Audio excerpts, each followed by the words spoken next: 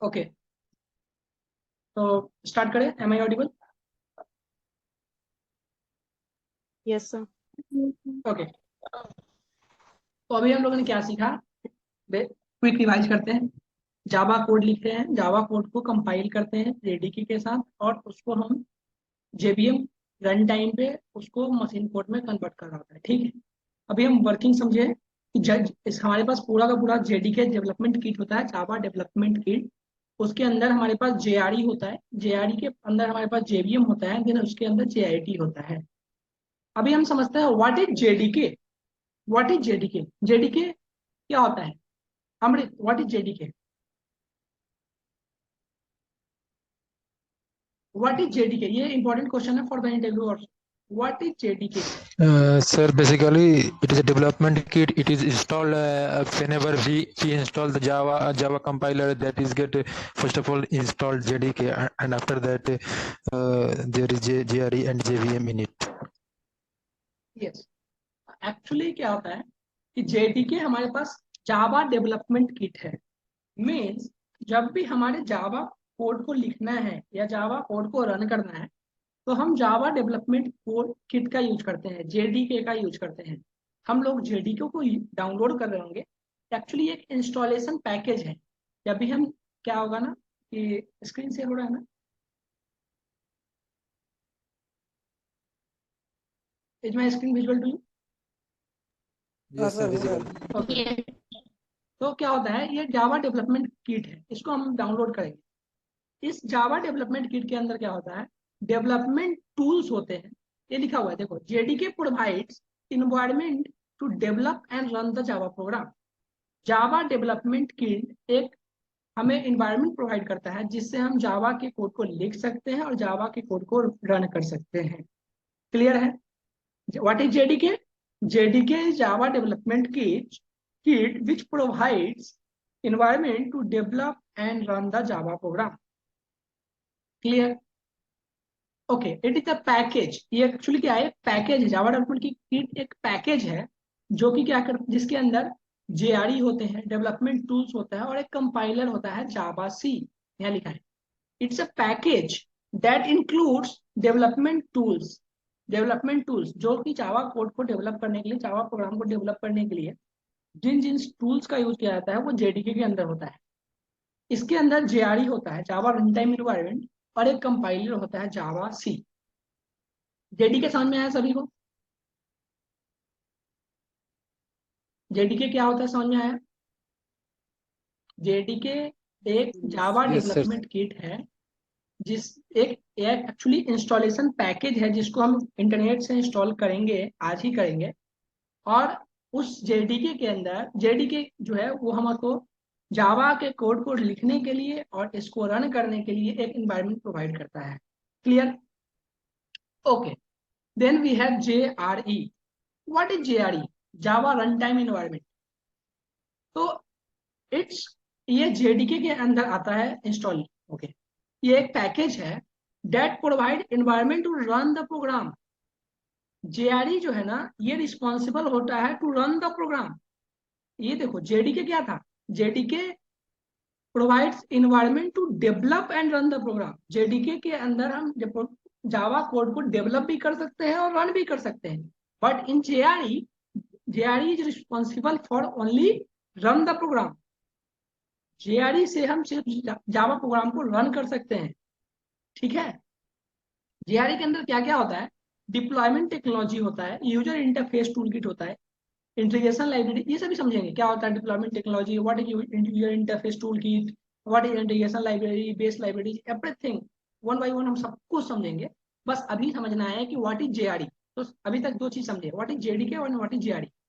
JDK is Java development kit, लिखना है तो लिख लो, कोई किसी को लिखना है।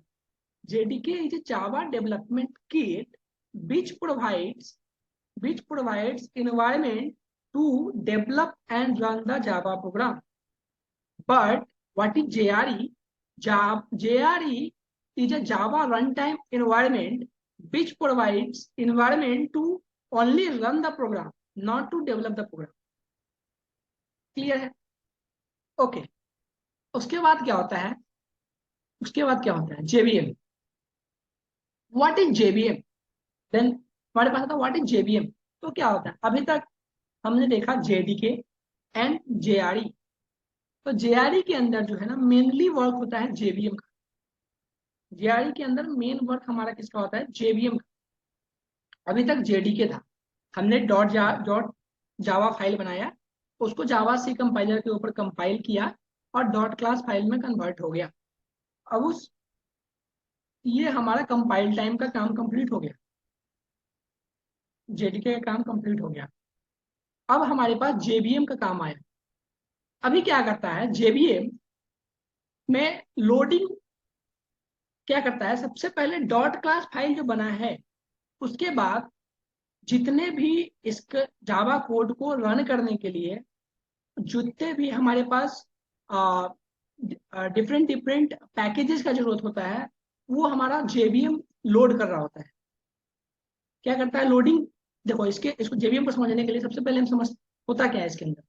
सबसे पहले लोडिंग होता है, जैसे ही डॉट क्लास फाइल बन गया ना तो loading, how JVM works, loading loading क्या होता है, it reads dot class file.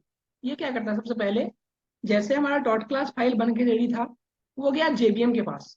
अब जेबीएम क्या करेगा, डॉट क्लास फाइल को रीड करेगा, डॉट क्लास फाइल को रीड करेगा एंड जनरेट बाइनरी डेटा, और कुछ बाइनरी डेटा को जनरेट करेगा।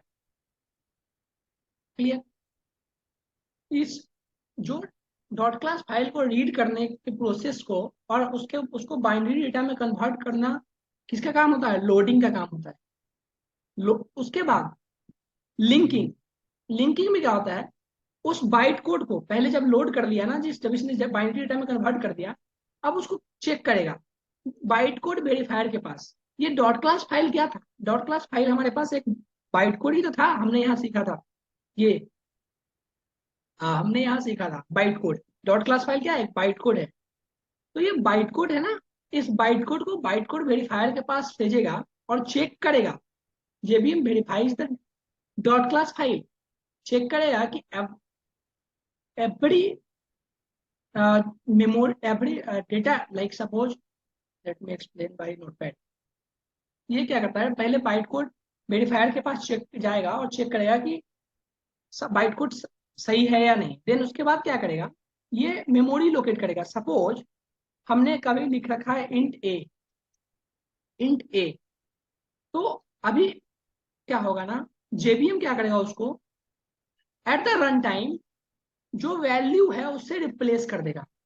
इस a इक्वल टू 10 मैंने लिखा है, तो अभी तक जो बाइट कोड में इंट ए था, ए था, ये जो ए था, अब रन टाइम पे अगर मैंने ए को यूज किया है तो उसके ए को वैल्यू से रिप्लेस कर देगा, 10 कर देगा।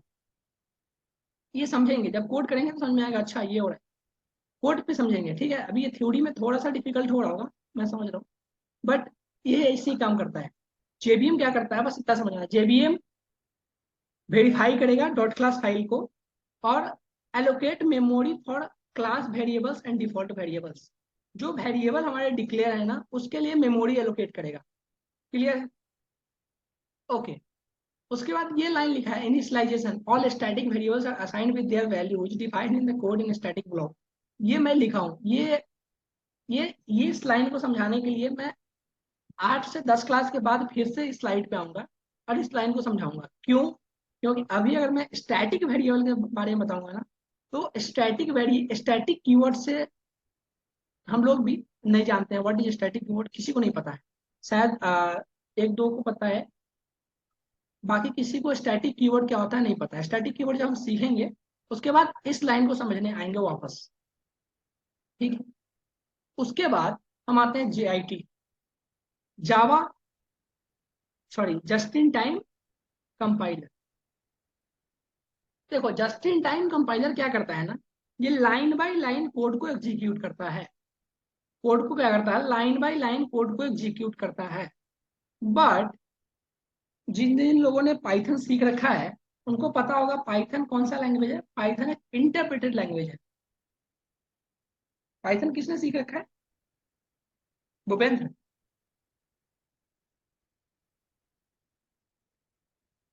पाइथन किन किन ने सीख रखा है, उनको पता होगा कि पाइथन एक इंटरप्रेटर लैंग्वेज है। इंटरप्रेटर में क्या होता है, line by line code execution होता है।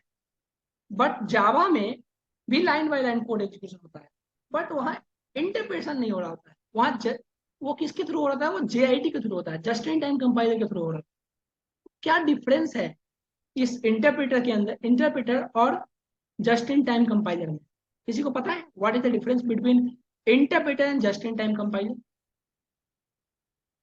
There is some difference between interpreter and just in time compiler. किसी को पता है? Amrit, do you know? Yes, sir. Sir, actually, just-in-time compiler, first of all, it compile all the files that is saved with .java that is converted into .class file, and after that, and the main the main working of JIT is whenever just like in our program there is a function, and whenever we call the function at particular point, the JIT compiler calls that only particular the part of code. That is the working of JIT. Yes, actually क्या होता है ना, देखो, JIT interpreter क्या करता है ना, line by, suppose we are multiple lines of code are there, thousand and thousand lines of code written in the code. अब क्या करता है इंटरप्रेटर, क्या करता है, लाइन बाय लाइन कोड को एग्जीक्यूट करता है। उसमें दिक्कत क्या होती है, दिक्कत ये होता है कि सपोज मैंने कोई एक फंक्शन बना रखा है, और उस फंक्शन को अगर हम 20 टाइम्स कॉल करते हैं तो वो 20 टाइम्स कंपाइल करेगा, 20 टाइम्स उसको क्या करेगा, इंटरप्रेट करेगा, तो बार बार उस फंक्शन पे जाएगा। इसलिए हम जस्ट इन टाइम कंपाइलर का यूज करते हैं। ये क्या करता है, ये जस्ट बाइट कोड को जो है वो सेव करके रख लेता है। ये क्या करता है, जैसे एक बार कंपाइल किया, जैसे बाइट कोड है, बाइट कोड को इसने क्या किया, लाइन बाय लाइन एग्जीक्यूट किया। जब हम कोड लिखेंगे ना, ये थोड़ा सा समझ में नहीं आएगा लेकिन ये इंपॉर्टेंट है, इसको आगे समझेंगे बहुत अच्छे से, लेकिन अभी इतना समझ के चलना है। जैसे बाइट कोड आया, मैं एक बाइट कोड दिखाता हूँ कैसा होता है। मैं एक बाइट कोड दिखाता हूँ।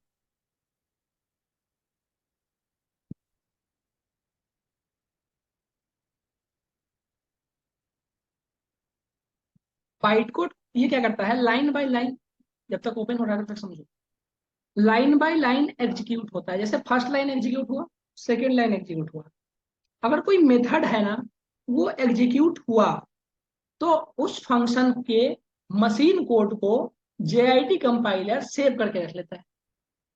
और जब भी वो मेथड दोबारा कॉल होता है तो डायरेक्टली मशीन कोड प्रोवाइड कर देता है। वो बार बार उस फंक्शन को री इंटरप्रिटेशन नहीं करता है। नहीं समझ में आया किसी को भी? एक बार और रिपीट कर सकते हैं सर, नहीं समझ में आया। Okay, no issue.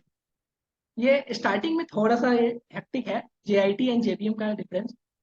जेआईटी और देखो, इंटरप्रेटर पता है किसी को, इंटरप्रेटर क्या होता है, कैसे काम करता है? किसी को नहीं पता? Okay, no issue. सपोज मैं अपना एक कोई सा भी फाइल खोलता हूँ, मैं फाइल खोलता हूँ कोई सा भी, यहाँ पे डॉट क्लास फाइल्स होंगे, इसके अंदर हो।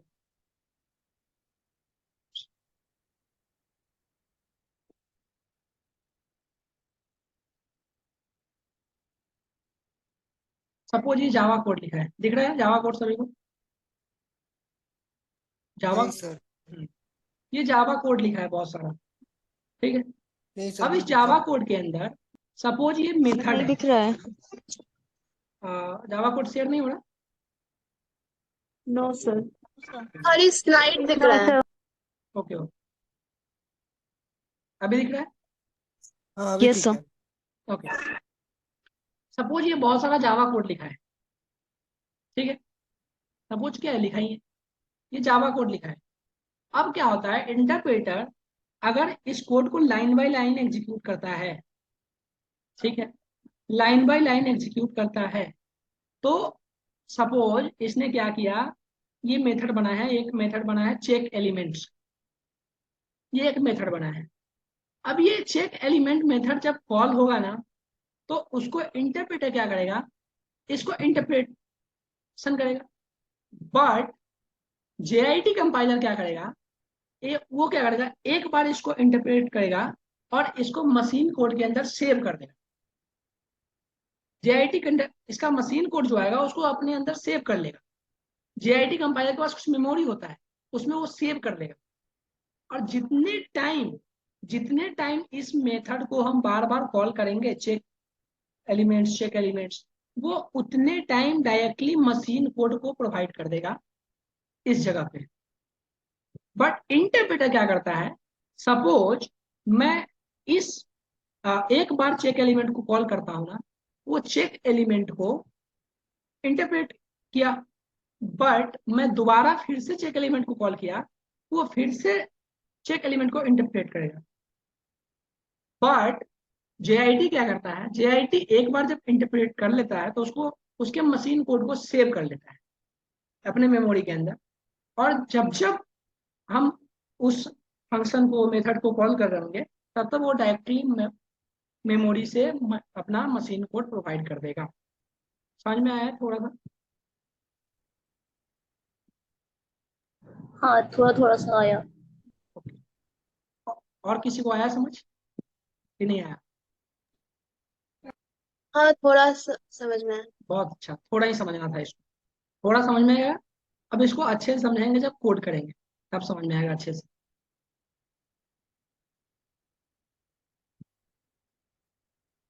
थोड़ा समझना था, थोड़ा समझ में आ गया जेआईटी और जेबीएम के बीच में।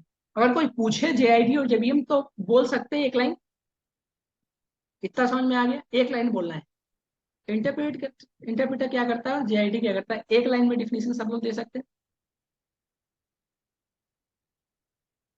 जेबीएम बार बार इंटरप्रेट करता है अगर कोई एक फंक्शन हो और उसको बार बार कॉल करे तो, सॉरी इंटरप्रेटर। बट जेआईटी क्या करता है, एक बार उसको इंटरप्रेट करता है और उसको सेव कर लेता है, और उसको बार बार मेमोरी मशीन कोड को प्रोवाइड कर देता है जब जब उस फंक्शन को कॉल करते हैं। बस इतना करना है, ठीक है? Sir okay. ऐसा बोल सकते हैं जेआईटी सेव कर देता है और इंटरप्रेटर सेव नहीं करता है, उसको बार बार कॉल करना पड़ता है, और जेआईटी एक बार सेव कर देता है तो फिर वो खुद ही हो जाता है। हाँ, यही जेआईटी क्या करता है ना, जब भी कोड को इंटरप्रेट किया तो इंटरप्रिटेशन के बाद वो जो मशीन कोड कन्वर्ट होता है उसको सेव कर लेता है, ठीक है? बट जे इंटरप्रेटर क्या करता है, जो कोड को हम इंटरप्रेट करते हैं तो उसको सेव नहीं करता है, बस इतना ही डिफरेंस है। समझ में? और जब जब मेथड को कॉल करते हैं ना, तब तब इंटरप्रिटेशन होता है इंटरप्रेटर के अंदर। बट जेआईटी के अंदर एक बार इंटरप्रिटेशन होता है, उसके बाद वो सेव कर लेता है मशीन कोड को। और जितने टाइम हम उस फंक्शन को कॉल करेंगे, वो डायरेक्टली मशीन कोड प्रोवाइड कर देगा, बार बार इंटरप्रिटेशन का काम नहीं होगा। दैट्स वाई, क्योंकि पाइथन एक इंटरप्रेटेड लैंग्वेज है और ये बार बार इंटरप्रिटेशन का काम होता है, इसलिए पाइथन एक बहुत ही स्लो लैंग्वेज है। सबने सुना होगा कि पाइथन बहुत स्लो लैंग्वेज है ना? Yes sir. तो क्यों स्लो लैंग्वेज समझ में आया? क्योंकि ये क्या करता है, अगर कोई मैंने मेथड बनाया और उस मेथड को 20 टाइम्स कॉल करा, तो 20 टाइम्स उस मेथड को के ऊपर इंटरप्रिटेशन करेगा।